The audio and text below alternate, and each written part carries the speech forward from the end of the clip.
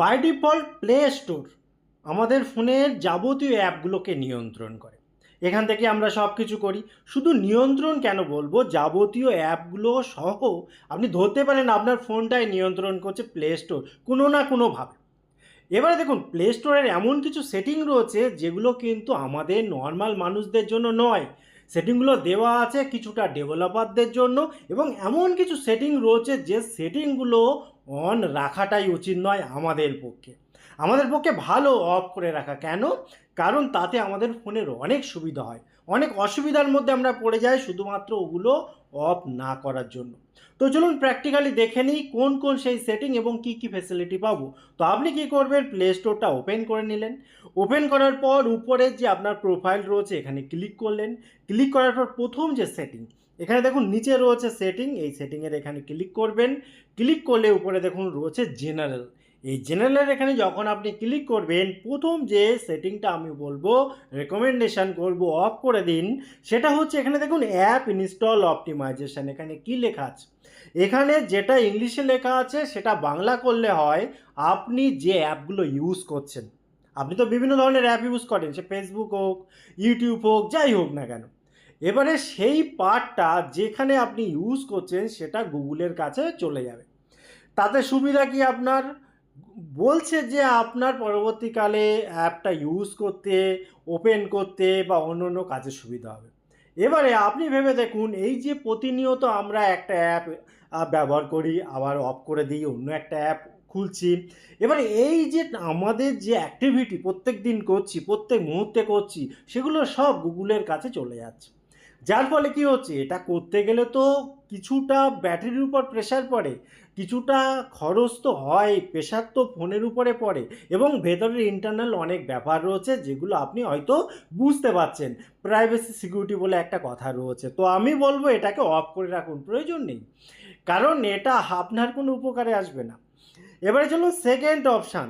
Second অপশানের জন্য আপনি চলে যাবেন আপনার এই যে প্রোফাইল, এখানে ক্লিক করার পর এখানে যে প্লে প্রোটেক্টে ক্লিক করলে উপরে যে সেটিং রয়েছে, এখানে প্রথমটা অবশ্যই প্রয়োজন। প্রথমটা প্রয়োজন এই জন্য আপনার অনেক বেশি প্রোটেকশান থাকবে অ্যাপগুলোর ক্ষেত্রে। কিন্তু সেকেন্ডটা খুব বেশি প্রয়োজন নেই। এখানে কি লেখা আছে দেখুন, বলছে ইমপ্রুভ হার্মফুল অ্যাপ ডিটেকশান। মানে হার্মফুল অ্যাপকে ডিটেকশান করবে, তার জন্য আপনাকে কি করতে হবে? এখানে দেখুন send unknown app two Google. এবারে আপনি যদি আননোন অ্যাপ না ইউজ করেন, তাহলে তো আপনার বিনা কারণে গুগলের সাথে কানেক্টেড করে রাখার দরকার নেই। কারণ সবসময় সার্ভার ঘুরবে যে আপনি কোনো আননোন অ্যাপ ইউজ করছেন কি না, তার তথ্য গুগলের কাছে যাবে। গুগল সেটা দেখবে, দেখার পর বেটার ডিটেকশান করবে, এক্সেট্রা এক্সেট্রা। এটা কিন্তু প্রয়োজন নেই, এটা অফ করে দিন। ঠিক আছে, এটা অফ করে রাখুন। এবারে দেখুন এর পরে একটা সেটিং রয়েছে। এবার দেখুন আমি বললাম কি অফ করে দিন, তবে আপনি যদি থার্ড পার্টি প্রচুর অ্যাপ ইউজ করেন, আপনি যদি ওই APK file etcetera etcetera use করেন, তাহলে ওটা অন রাখুন, কারণ আপনার ক্ষেত্রে ওটা প্রয়োজন হবে। এবারে সেটিংটার জন্য আপনি চলে যাবেন আপনার ফোনের যে সেটিং অপশান, সেই সেটিংয়ে। এখানে আসার পর এখানে দেখুন সিকিউরিটি অ্যান্ড প্রাইভেসি রয়েছে ফোনের, এখানে ক্লিক করবেন। ক্লিক করার পর স্ক্রল করতে করতে নিচের দিকে আসুন, এখানে পেয়ে যাবেন মোর সিকিউরিটি অ্যান্ড প্রাইভেসি। এখানে বলে রাখি বিভিন্ন কোম্পানি মডেল অনুসারে একটু এদিক ওদিক হতে পারে। মেন যে বিষয় সেটা হচ্ছে এখানে দেখুন ডায়াগনস্টিক্স বলে একটা অপশান থাকবে। এই যে ইউজ অ্যান্ড ডায়াগনস্টিক্স, এখানে যখন ক্লিক করবেন, এখানেও একটা জিনিস খেয়াল করে দেখুন, এখানে কি লেখা আছে, একটা দুটো লাইন পড়লেই বুঝতে পারবেন। Help improve your Android device. এখানে দেখুন নিচে লেখা আছে automatically sending diagnostic device and app use data to Google. অর্থাৎ আপনি যা কিছু ইউজ করছেন, আপনার ডিভাইসে যা কিছু হচ্ছে, সব গুগলের কাছে চলে যাবে। ঠিক আছে, তাহলে কি হবে, অনেক কিছু হবে, এখানে অনেক কিছু লেখা আছে, অনেক সুবিধা পাবেন, কিন্তু বিশেষ কি সুবিধা পাবেন সেটা জানা নেই।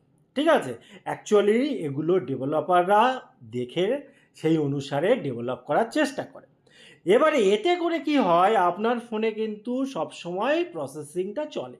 আপনি যদি চান আপনার ফোন ফাস্ট থাকুক, আপনার ফোন ল্যাগ প্রবলেম না আসুক, আপনার ফোন সব নর্মালভাবে চলুক, তাহলে এটা কিন্তু অফ করে রাখাই ভালো। এবারে দেখুন সব অফ করে দিলেও যদি কখনো কোনো বিষয়ে পারমিশন প্রয়োজন হয়, দেখবেন ফোন অটোমেটিক্যালি সেটা চেয়ে নেবে, সেটা ছাড়া পসিবল নয়। অর্থাৎ আপনি যদি কাউকে ভিডিও কল করেন, তাহলে আপনাকে তো পারমিশন দিতেই হবে, তাই না? যে সেই পারমিশন যদি না দেন তাহলে তো কল করতেই পারবেন না। সেরকম যে কোনো ক্ষেত্রেই তাই। এবার একটা ইম্পর্টেন্ট ব্যাপার প্লে স্টোরের ক্ষেত্রে, সেটা সবসময় মাথায় রাখবেন।